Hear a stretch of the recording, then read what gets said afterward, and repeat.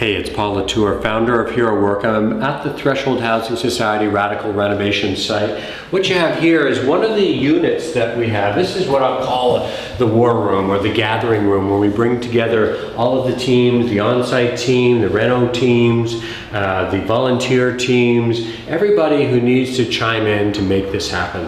The design team is getting here later on today. And behind us you'll see that this is what the renovation looks like in sticky format form on a 10-foot wide piece of paper. These are the basic components of the renovation. It gives you some idea of the complexity of what it is that we're dealing with here. But in this video I want to give you a full run through of all of what needs to happen in this building in order for it to be safe, sustainable, and beautiful for the youth who come in.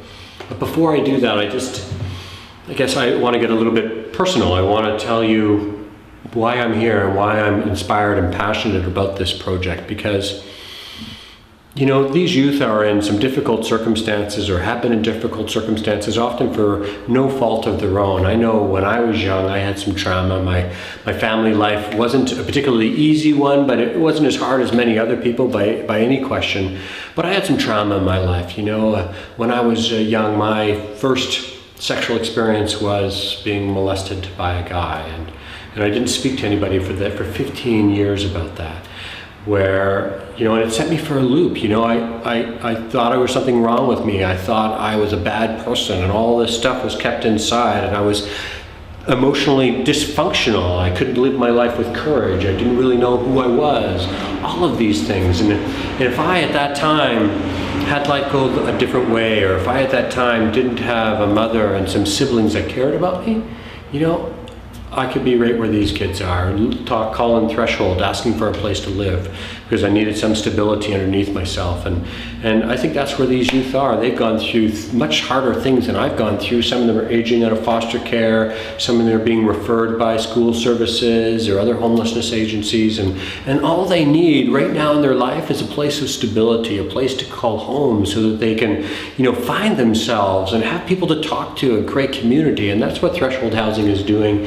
And our intention here is to make this building good for 6 more youth at any one time for the next 20 years. If you multiply that out, we're looking at 120 youth that we are changing their lives by doing this radical renovation. And it's all of those reasons combined together, and my love of people, that I'm personally inspired. I think everybody's got their own reasons for being here, but those are just a few of the reasons that are mine. And I just kind of wanted to share that, because I think there's a lot of people that are coming to contribute to this project. And you know, this is really about connection, it's about love, it's about community. And you know, I'm in a place in my life where I can talk about that stuff, and I think it's important for people to, you know, to talk and have that courage. So let's go outside. I want to talk to you about the biggest scopes of this renovation and what's going to entail with it all. As long as I don't fall down and kill myself, we're going to be good. So there's 4 units in this building. I've got 2 up and I got 2 down. 3 of the units are going to be used for youth. We've got the 2 on this side and the 1 up top here. This 4th unit here is going to be utilized for the Threshold Housing Society. You see, they're short on office space. They're losing some of their office space here locally. So they're going to have a couple of bedrooms that are going to be turned into office spaces, and this is going to be the training and mentoring area for them. These 3 units have been tenanted relatively recently, all the way up into April, and so aesthetically they're in fairly good condition. The challenge is one of safety and sustainability. Those are the 2 highest priorities with this particular build. And so there's some major elements there. We've got plumbing issues, we've got electrical issues, we have perimeter drain issues, and some structural issues. So I'm going to go through each of those 4 components and how they relate to the building here. First of all, the perimeter drain. The entire perimeter of this building needs to be dug up in order for the drainage system to be redone underneath the building. So for example, these trees here all need to be dug up, the roots need to be dug up in the perimeter drain. It's anybody who plants trees like this right beside a house, shame on you, because you're gonna wreck the perimeter drain of your building. So we've got to redo that for all of that area. This tree here, of course, needs to be redone for the same reason that the perimeter drain is being wrecked. We're going to re-landscape the entire front space just so this place is beautiful when youth come in, and also for the surrounding neighborhood so they can be proud of this building as well. From a structural standpoint, we've got this carport. This carport is structurally unsound. If there was a windstorm right now, or if this was the winter time and it was snowing, I would not park my car under here because laterally it's unsafe. You can see that the beam is sagging underneath here. So we've got a structural engineer that's come in and created a truss system for here. So we're going to build a truss system on each of these joists up here. So this building's going to be really strong. Also, the foundation posts over here need to be redone because it's totally not safe. The roof is leaking straight through the place, so we've got to replace the roof and the facing up on the front here, and then repaint this entire place so that it looks really good. Now we're looking at the perimeter drain here. All of this concrete you see right here, well, it's got to be dug up as well, because in order to do the perimeter drain, we need to dig all this up. So that means that we got to get an excavator in here before the event starts. We've got to dig all this up and then replace all of this concrete afterwards. From another structural or safety standpoint, this is highly unsafe. Does anybody think that's unsafe? This here is completely rotten. I've got 2 of these fire escapes. The railing itself is below code. Code is right about there. So we need to replace the railing. The entire thing gets removed and completely rebuilt. We've got over here, this is the laundry room for all 4 units. We need a new electrical panel, we need new plumbing, we need a new hot water tank in there. It needs paneling, it needs a heater in there. Right now it's not heated. The pipes could freeze in a bad winter. And we're looking back here, you see we got more perimeter drain issues back here. And there's a few things. One, all of this concrete needs to be torn up. These slabs need to be torn up. The stairs need to be rebuilt. And this is a really tight space in here, so we got to get this mini excavator in here before the event actually starts. So before I bring community, we've got to make sure this excavation is done because it's unsafe to bring community in under those conditions. And you can see here, if you've watched that short video on the website, that there's perimeter drain issues, that all of the water is running towards the building. So in the wintertime, the crawl space under there, it's full of water. It's not good. You can see that this fencing here, it all needs to be replaced, as the fencing over there does. And this here needs to be completely redone because it's similar to the other fire escape that's over there as well. If you look in here, we won't go in here right now, but this is the electrical room. So in this electrical room, we got, I think, 8 different meters. We're going to combine some meters. It's going to save the Threshold Housing Society some money, and we're going to be rewiring directly from this electrical room into the panels all the way through the building, and I'll show you that in a couple of seconds.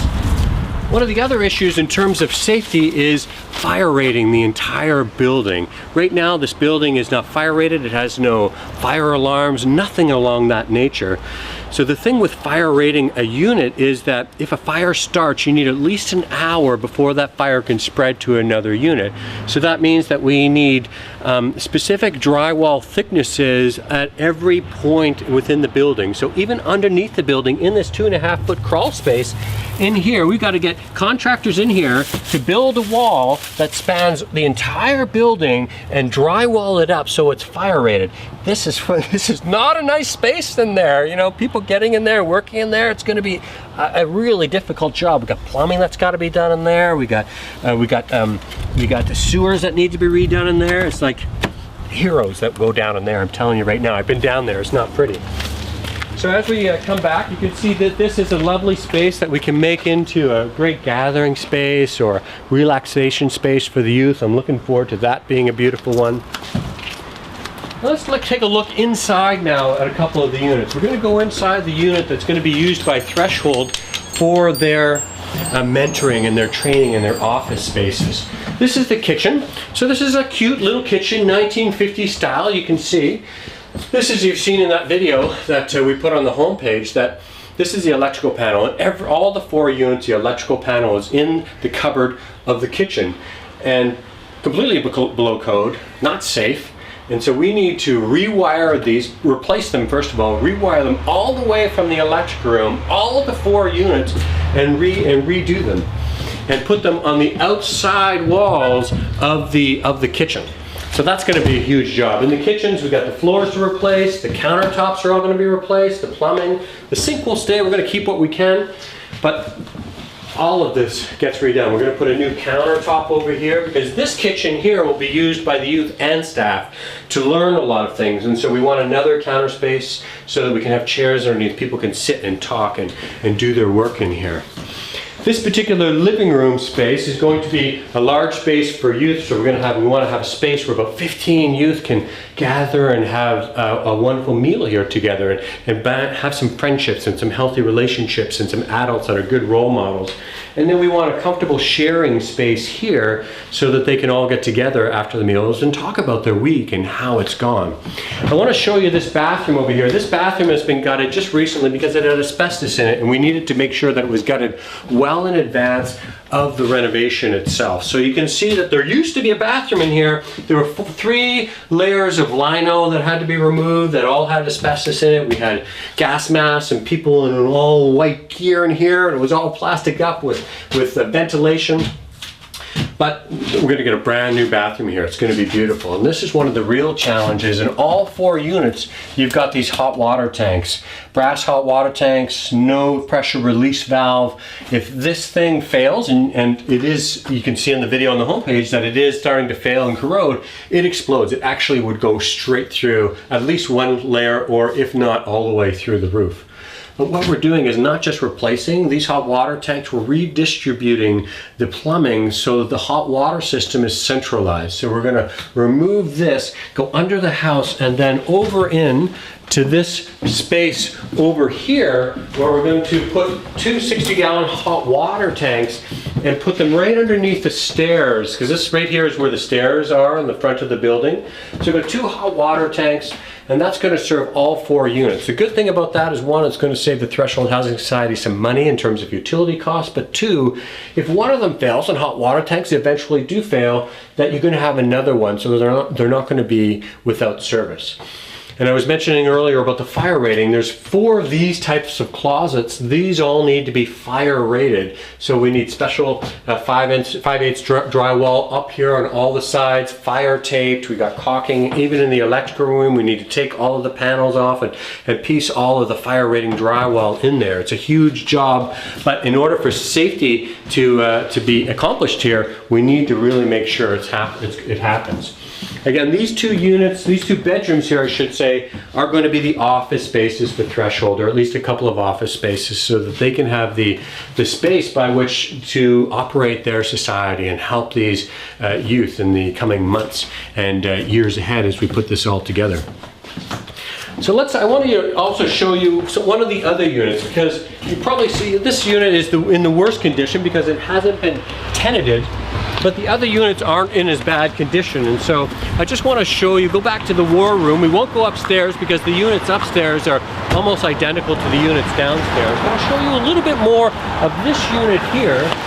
So you can see that, aesthetically, they're in pretty good shape. These are 800 to 900 square foot units, 2-bedroom units. It's a nice size. We got hardwood flooring throughout the place. We got 1950s stucco. The kitchens, although they're rudimentary, they're in okay condition. We've got a great people that are replacing the countertops and the cupboards here. We're going to redo the lighting, put some new fixtures in. We'll probably keep this sink because it's in pretty good condition. The flooring's in pretty good condition. We're hoping to replace some of the appliances that are fairly old and antiquated.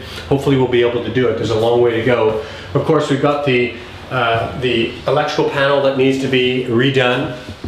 But if you look here, you can see many of the windows have been replaced already. So that's in pretty good condition. We've got a lot of these types of electrical heaters that are from the 1950s. These suck up the power like there's no tomorrow. So for sustainability, we want to make sure that those are all replaced.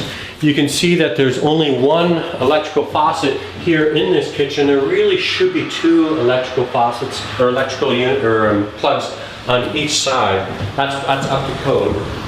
Going into some of the bedrooms here, you can see that these are pretty nice. I mean, aesthetically, we're in pretty good shape. We got the 4 designers, 1 for each unit. That's going to really make these places beautiful, because it's not only important to make it safe and make it sustainable, we want to make it beautiful so that these people really know and feel that this is home for them, that community really cared and stepped up. This is one of the other bathrooms here. Ignore the fan. We got to replace the fan up in here because it's not working properly.